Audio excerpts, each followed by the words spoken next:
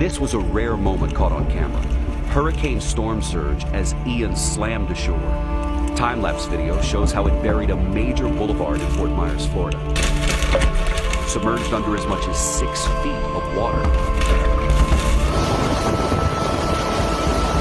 The city was overwhelmed. Cell phone video shows what looks like entire neighborhoods underwater. Jacob! Just south of Fort Myers, Good Samaritans braved the strong currents for a dangerous rescue. There was an elderly man stuck in his car as the floodwaters were rising. They had to pry the door open and carry him to safety. Hurricane Ian hit Florida as a Category 4 hurricane. The winds were clocked at 150 miles per hour. The flooding across southwestern Florida is catastrophic. Water surged as high as 10 feet.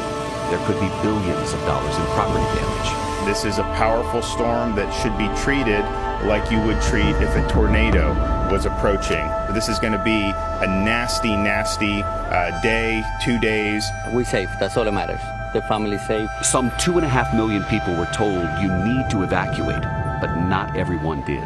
Lee County dispatchers were overwhelmed with 911 calls of people trapped in their homes. It's gonna come right down this road. Video caught an emergency response trailer swept off its foundation at Fort Myers Beach. It's unclear if anyone was inside. South of Fort Myers, in Naples, here's a view from a high-rise showing just how widespread the flooding is. Are you guys okay?